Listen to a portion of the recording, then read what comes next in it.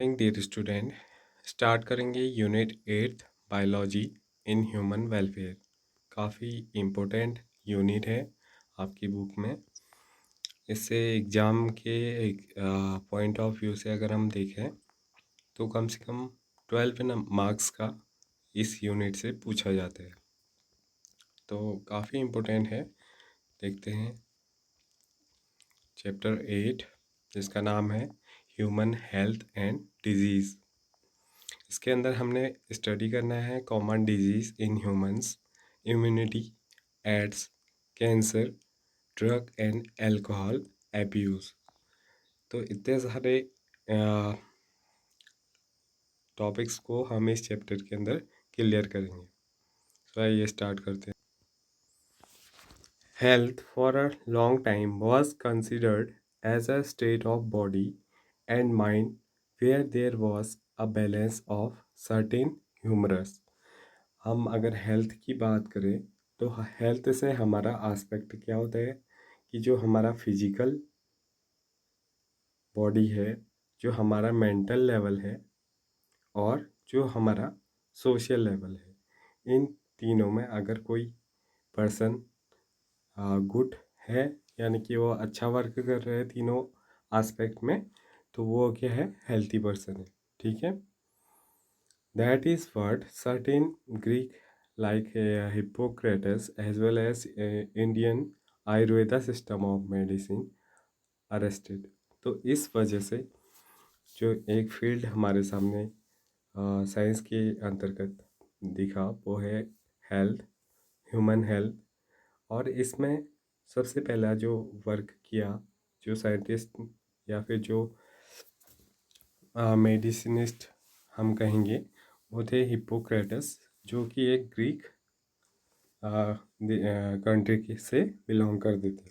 इसके साथ साथ उस काफ़ी प्राचीन समय से ही हमारे इंडियन कल्चर में, क्योंकि इंडियन आयुर्वेदिक सिस्टम इंडिया के अंदर काफ़ी पहले से डेवलप है, तो इसने भी मेडिसिन को कवर किया था।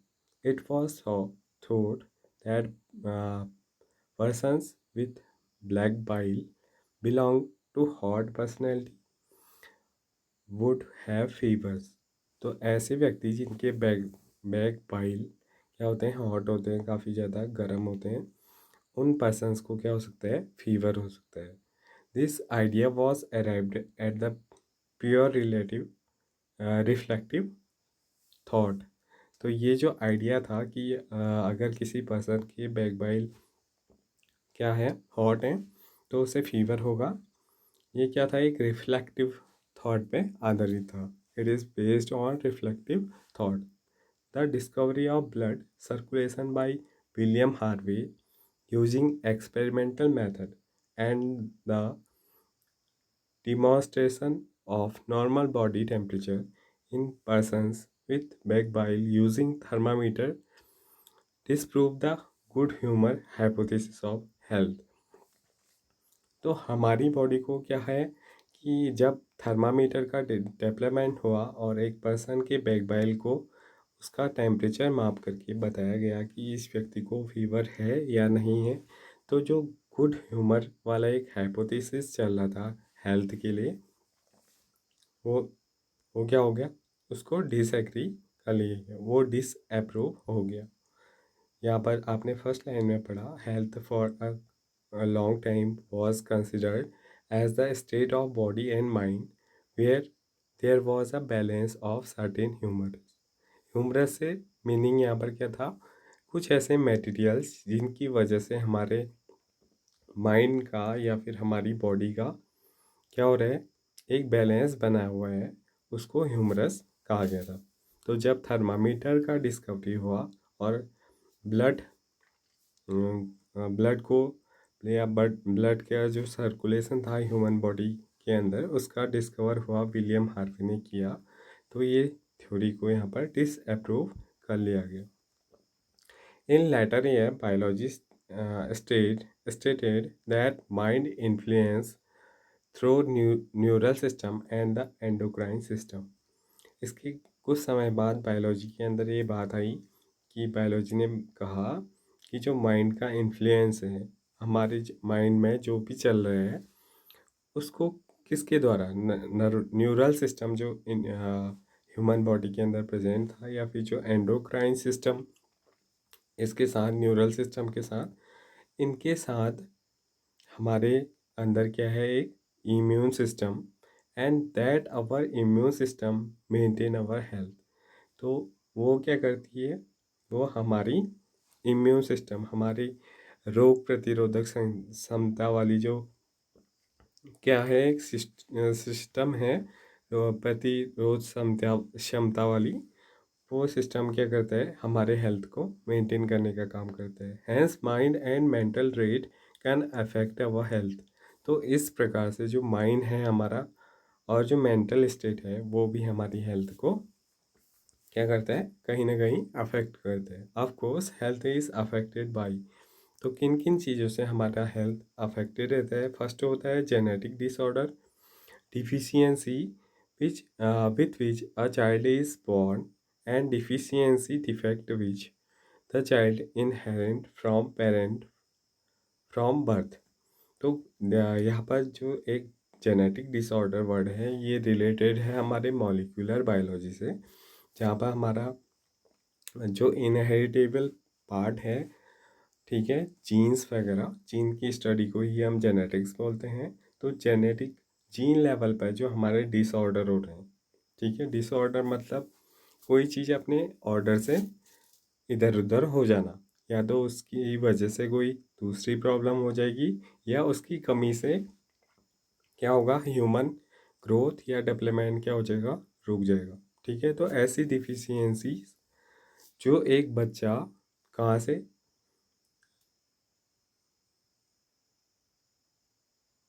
अपने माता पिता से उसे बर्थ के द्वारा ले रहे हैं। तो ऐसे जेनेटिक डिसऑर्डर हमेशा हेल्थ को क्या करते हैं, अफेक्ट करते हैं। दूसरा जो है वो है इन्फेक्शन। अब बहुत सारे ऐसे बैक्टीरियाज, वायरसेस और फंगीज, एल्गीज ह्यूमन हेल्थ को, इसके अलावा जो प्रोटोजोन्स क्या करते हैं, अफेक्ट करते हैं। तो ये अफेक्ट करने वाले जो या जो हार्मफुल अफेक्ट डालते हैं ह्यूमंस के ऊपर, इनको बोला क्या जाता है, इनको बोला जाता है पैथोजेंस। ठीक है, इनको क्या बोला जाता है, पैथोजेंस। पैथोजेंस क्या करते हैं, ह्यूमन हेल्थ को हार्म पहुंचाते हैं, जिनके द्वारा बॉडी की जो सेल्स हैं उनमें इन्फेक्शन हो जाता है। तो इन्फेक्शंस के द्वारा भी हमारे हेल्थ पे क्या पड़ता है, कोई ना कोई अफेक्ट पड़ता है। नेगेटिव अफेक्ट पड़ता है, बॉडी प्रॉपरली वर्क नहीं करती है, या फिर उसमें क्या हो जाते हैं, बहुत सारे डिजीजेस क्रिएट हो जाते हैं। ठीक है, या फिर वो डेड हो जाती है उसके बाद। तो अगला जो अफेक्ट करता है वो है life style, including food, water we take, rest and exercise we keep to our bodies, habits that we have all like etcetera. तो यहाँ पर आपके कुछ अफेक्ट करने वाले आपके लाइफ स्टाइल के अंदर जो फैक्टर आते हैं वो हैं, आप कैसा फूड ईट करते हैं, आप कहीं कॉन्टेमिनेटेड वाटर ड्रिंक तो नहीं करते हैं, या आप कितना रेस्ट करते हैं एक डे के अंदर, कितना एक्सरसाइज अपनी बॉडी को प्रोवाइड कराते हैं, या आपके अंदर कौन सी हैबिट्स है जिनकी वजह से आपके बॉडी को, आपकी हेल्थ को फ़ायदा मिलेगा, या किन की आपके अंदर कमी है। ये भी आपके लाइफ स्टाइल को क्या करते हैं, आपके लाइफ स्टाइल से इन सब बातों का हमें पता चलता है, और ये लाइफ स्टाइल ही हमारे हेल्थ को भी अफेक्ट करते हैं।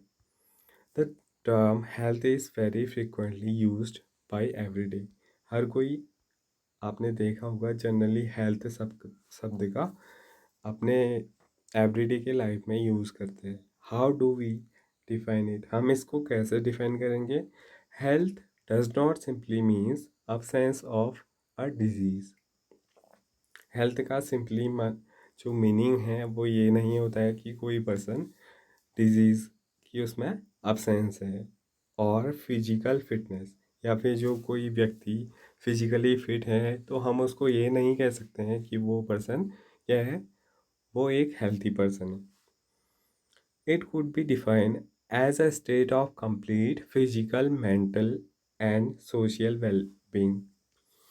हम किसी पर्सन को तभी क्या कहेंगे, हेल्थी कहेंगे, जहाँ पर उसके अंदर क्या है, कंप्लीट फिजिकली वो क्या है, फिट है, कंप्लीट मेंटली वो फिट है और कंप्लीट सोशल वेलबींग भी वो फिट है। ठीक है, अगर फिजिकली वो फिट है और मेंटली वो फिट नहीं है तो वो एक हेल्थी पर्सन नहीं है। ठीक है, अगर हम देखते हैं अपने सोसाइटी में कुछ ऐसे पर्सन्स जिनमें या तो नेचुरली या फिर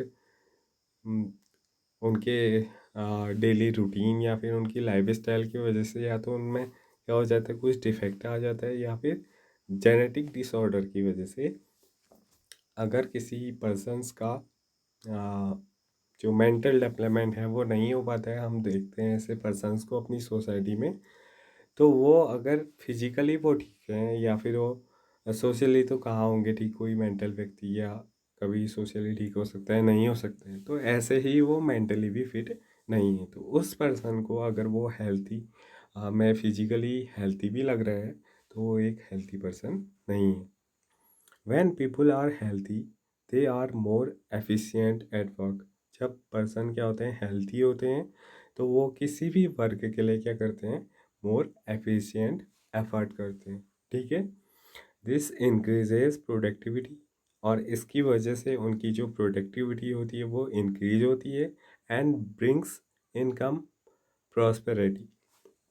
और अगर किसी पर्सन की प्रोडक्टिविटी ज़्यादा है तो वो क्या करेगा, वो ज़्यादा इकोनॉमिकली क्या होगा, स्ट्रॉन्ग हो। ठीक है, healthy healthy health also increases longevity, और इसकी वजह से जो उनकी एक लॉन्गिविटी है वो भी इंक्रीज होगी and reduce infant and maternal mortality. और इसके साथ ही हमारी, अगर कोई पर्सन अपने फिजिकली ठीक है, मेंटली ठीक है, सोशली ठीक है, तो वो क्या करेगा, अपनी सोसाइटी के लिए बहुत अच्छे अच्छे वर्क करेगा और इसके अंदर वो क्या करेगा, अपना डेवलपमेंट करेगा, अपनी सोसाइटी का डेवलपमेंट करने की कोशिश करेगा। तो वो अपने फिजिकली फिट होने के साथ साथ, मेंटली फिट होने के साथ साथ ये सोचेगा कि उनकी सोसाइटी में जितने पर्सन्स हैं वो भी फिट रहें, वो भी हेल्थी रहें। तो इसके लिए क्या करेंगे, एक जो पॉपुलेशन है पूरी वो अपने डेवलपमेंट के लिए विचार करेगी। ठीक है, तो ऐसे ही हॉस्पिटलिटी और जो डेली नीड्स हैं उनकी अगर क्या होगी, उनकी ज़रूरतों को अगर पूरा कर दिया जाए तो क्या होगा, एक हेल्थी सोसाइटी बनेगी। तो जहाँ इन्फेंट या फिर जो मैटरनल मोर्टिलिटी रेट है, मृत्यु दर जिसे हम बोलते हैं, वो क्या होगा, कम होगा। ठीक है, balance diet, personal hygiene and regular exercise are very important to maintain good health. तो अगर हम अच्छा हेल्थी रहना चाहते हैं तो इसके लिए हमें क्या क्या चीज़ें करनी पड़ेंगी, हमें सबसे पहले बैलेंस डाइट लेनी पड़ेगी, अपने पर्सनल हाइजीन पे, अपनी साफ स्वच्छता जो हम बोलते हैं, अपना जो हमारा डेली वर्क है, अच्छे से दांतों को साफ करना या फिर नहाना धोना, अपने नेल्स को कट करना और क्या करना, एक्सरसाइज करना, ये सारी चीज़ें हमारी पर्सनल हाइजीन के अंदर आती हैं। हम कितनी सफाई रखते हैं अपने कामों में, खाने से पहले हाथ धोते नहीं, सारी जनरल जो वर्क हम अपने डेली रूटीन में करते हैं अपने गुडनेस के लिए, वो क्या हमारे होते हैं, पर्सनल हाइजीन होते हैं। इसके अलावा रेगुलर एक्सरसाइज भी, हमें रेगुलर एक्सरसाइज करनी चाहिए, कोई ना कोई एक्सरसाइज हमें ज़रूर करनी चाहिए अपनी बॉडी को दिन भर एक ही स्टेट में या फिर एक ही पोर्शन में, अपने बॉडी पोर्शन को एक ही केवल एक ही स्टेट में रखना गलत होता है। हमें अपने बॉडी को लगातार क्या करना चाहिए, इधर उधर मूव करते रहना चाहिए या फिर एक्सरसाइज करनी चाहिए, डिफरेंट वर्क करने चाहिए अपने डेली लाइफ में। अगर आपको एक्सरसाइज का टाइम नहीं भी मिलता है तो योगा वगैरह आप कर सकते हैं। Yoga has been practiced since time immemorial to achieve physical and mental health. Awareness about disease, इसके साथ साथ हमें अवेयर भी रहना चाहिए, डिजीज़ के बारे में हमें नॉलेज होना चाहिए and their affect on different body functions. Vaccination काफ़ी ज़्यादा इम्पोर्टेंट है। वैक्सीनेशन अगेंस्ट, जिसको क्या भी बोला जाता है, immunisation against infectious disease, proper disposal of waste, control of factor and maintenance of hygiene in food water resources are necessary for achieving good health.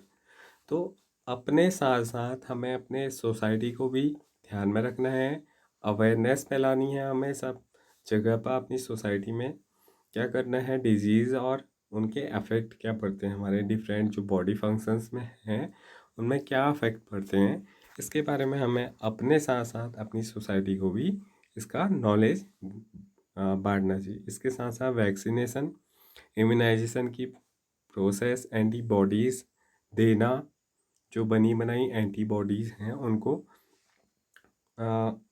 छोटे छोटे बच्चों में हम देखते हैं अलग अलग मंथ में बर्थ के बाद क्या लगते हैं, वैक्सीन्स लगते हैं।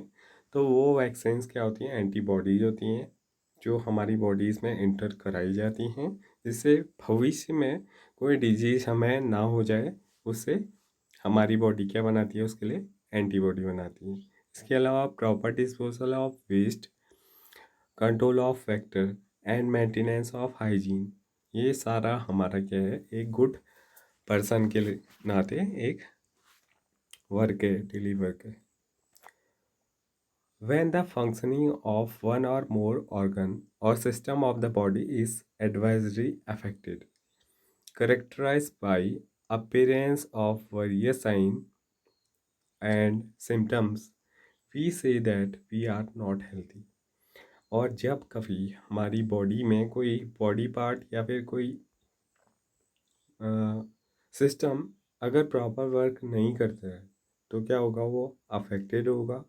और उसमें क्या होंगे, कुछ करेक्टर्स अपेयर होंगे, वेरियस साइन भी हमें देखने को मिलेंगे, कुछ सिम्टम्स देखने को मिलेंगे जो किसके होंगे, डिफरेंट डिजीजेस के होंगे। तो हम कहेंगे कि अब हम हेल्थी नहीं हैं, वी हैव अ डिजीज़, हमको क्या है, कोई बीमारी है। Disease can be broadly grouped into infectious and non-infectious। तो ऐसे सारे सिम्टम्स या साइन आने के बाद हम क्या कहेंगे, हमें कोई ना कोई डिजीज़ है।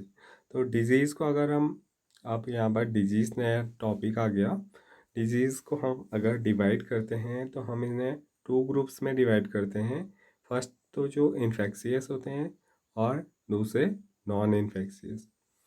Diseases which are easily transmitted from one person to another are called infectious disease। ऐसी बीमारियां जो हमें इजीली क्या हो जाती हैं, ट्रांसमिट हो जाती हैं एक पर्सन से। अगर कोई क्या है, कोई ऐसा पर्सन है जो इन्फेक्टेड पर्सन है और उसके कांटेक्ट में जितने भी पर्सन आए वो सब क्या हो जाए, वो उनमें भी वो डिजीज़ अगर हो जाए, तो ऐसी डिजीज़ को हम इन्फेक्शियस डिजीज़ बोलेंगे। जैसे अभी प्रेजेंट टाइम में कोरोना वायरस चल रहा है ऑल ओवर द वर्ल्ड। इसमें क्या है, इसमें सोशल डिस्टेंसिंग को रखना है ताकि जो इन्फेक्शंस एजेंट हैं या जिस भी मीडियम से वो वायरस हमारे अंदर तक आए, वो कैसे है, वो अगर हम ज़्यादा सोशल कांटेक्ट में आते हैं तो तब हमें ये डिजीज़ हो सकती है। तो इस वजह से आपसे बोला जा रहा है कि आप अपने घरों में ही रहिए, या मार्केट निकलते वक्त या फिर बैंक वगैरह जाते वक्त आपको क्या करना है, सोशल डिस्टेंसिंग का पालन करना है, मास्क प्रॉपरली अपने मुंह में लगाना है। तो ऐसी डिजीज़ क्या होती है, infectious disease. Infectious disease are very common and everyone is of us suffer from these at some time or other। Some of the infectious disease like AIDS are fatal। Among non-infectious disease, cancer is the major cause of death। जितने भी जो non infectious disease हैं, जो normally हमें क्या होती है वो पर्सन्स टू पर्सन्स देखने को मिलती है। ऐसा नहीं होता है कि वो सारे पर्सन्स में होती है। कुछ कुछ पर्सन्स में उनकी लाइफ स्टाइल वगैरह की वजह से या फिर कुछ ऐसा जेनेटिक डिसऑर्डर होने की वजह से क्या देखने को मिलती है, ऐसे डिसीजेज होते हैं जो क्या होती हैं केवल उसी पर्सन्स में रहती हैं। तो ऐसे डिजीजेस नॉन इन्फेक्शियस डिजीज होती हैं। तो इनमें केवल एक कैंसर ऐसी डिजीज़ है जिसकी वजह से पर्सन्स की डेथ हो सकती है। इसके अलावा और डिजीजेस इतना अफेक्ट नहीं करती हैं। Drug and alcohol abuse also affect our body advisory. तो इसके साथ साथ ड्रग्स और अल्कोहल का अगर हम यूज़ कर रहे हैं तो इनकी वजह से भी हमारी बॉडी पर कुछ ना कुछ नेगेटिव इफेक्ट पड़ता है और जिससे हमारी हेल्थ डाउन हो जाती है। ठीक है, तो आज का लेक्चर यहीं पर कंप्लीट होता है। इससे आगे हम नेक्स्ट वीडियो में देखेंगे। Thank you.